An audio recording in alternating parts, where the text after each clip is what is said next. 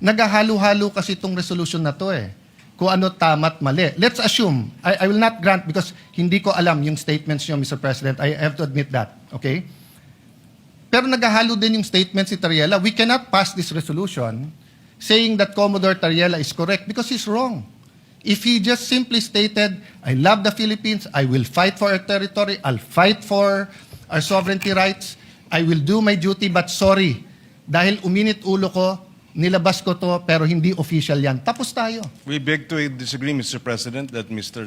Commodore Tariela is mistaken. So- we would not have put this resolution and authored it if we felt Mr. Tariela. So that's what I want to elicit. So the authors of this resolution is saying, pwede. So kung ang official ng presidente is to have certain decorum sa presidente ng China, pwede yung isang general hindi sumunod. Ang sa kanya, bastusin natin yung Pangulo Mr. ng President, isang bansa. that is his interpretation? No.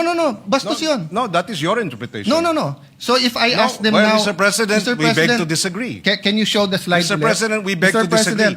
The Department of National President, Defense tignan niyo naman has issued a statement condemning China's remarks, Mr. No, President. we're not talking about... Mr. President, if you look at the DFA, it was also telling Tariela, but not directly. It says, It was saying, follow the decorum, Mr. President. Mr. President, kung ganyan ang stand natin, then then my staff now can show a meme of you. Mr. President, Mr. President, dito ba sa... Let me ask that question. Mr. President, I am not from China. Why will they put a meme? Why will your staff put No, a it's meme not about towards China. me? It's about decorum. You're comparing apples Mr. and President, oranges, Mr. no. President. You are simplifying what Session is is a suspended for 1 minute.